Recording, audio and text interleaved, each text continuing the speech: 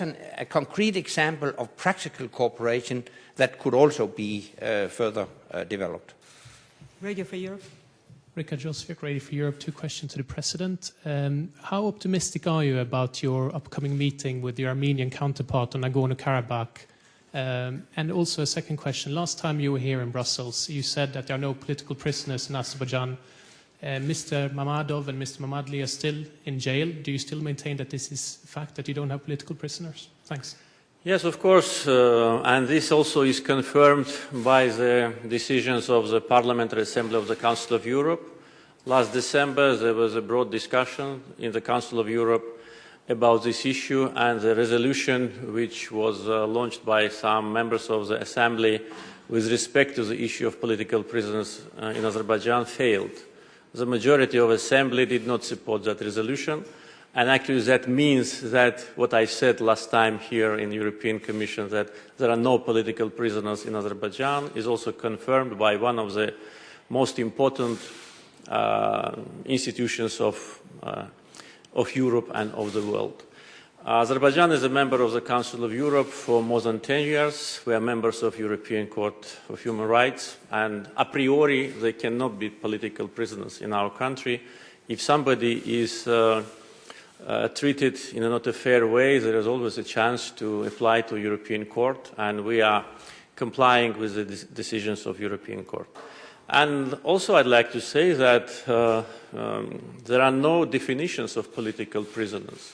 We think that the definition of political prisoners, if adopted by European Parliament or by Council of Europe, would be a good idea. Then it will be very easy to identify who is political prisoner and who is not. So I think that the best answer to your question is the decision of Parliamentary Assembly of the Council of Europe, January 2013. On the issue related to Karabakh settlement, we want to be optimists because it's a long time since the conflict started and a long time since our lands are under occupation. It's 20 years. And resolutions of United Nations Security Council demanding unconditional and immediate withdrawal of Armenian troops from our territory are not implemented by Armenia. And this is a brutal violation of international law. Nagorno-Karabakh is an integral part of Azerbaijan, recognized by the whole world as integral part of Azerbaijan. As you probably know, 7 regions beyond the administrative borders of Nagorno-Karabakh are also under occupation for 20 years, and 1 million people became homeless due to Armenian aggression. My last meeting with Armenian president probably was more optimistic than the previous one. And there was a long period of stagnation in negotiation process because of unwillingness of Armenia to negotiate. Still, we have doubts whether Armenian side is sincere in the process of negotiations or whether they want just to continue to maintain the status quo.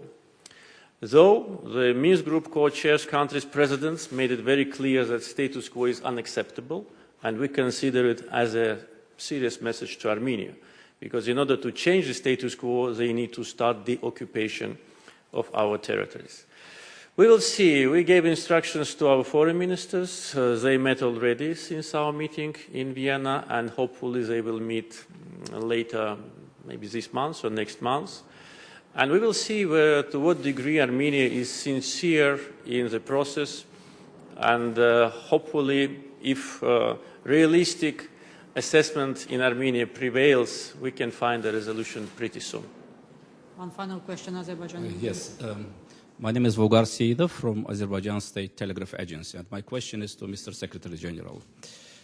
Over the recent years, negative tendencies like the violent use of force against peaceful demonstrations, limitations on freedom of expression, discrimination of migrants are unfortunately growing in Europe and including NATO member states.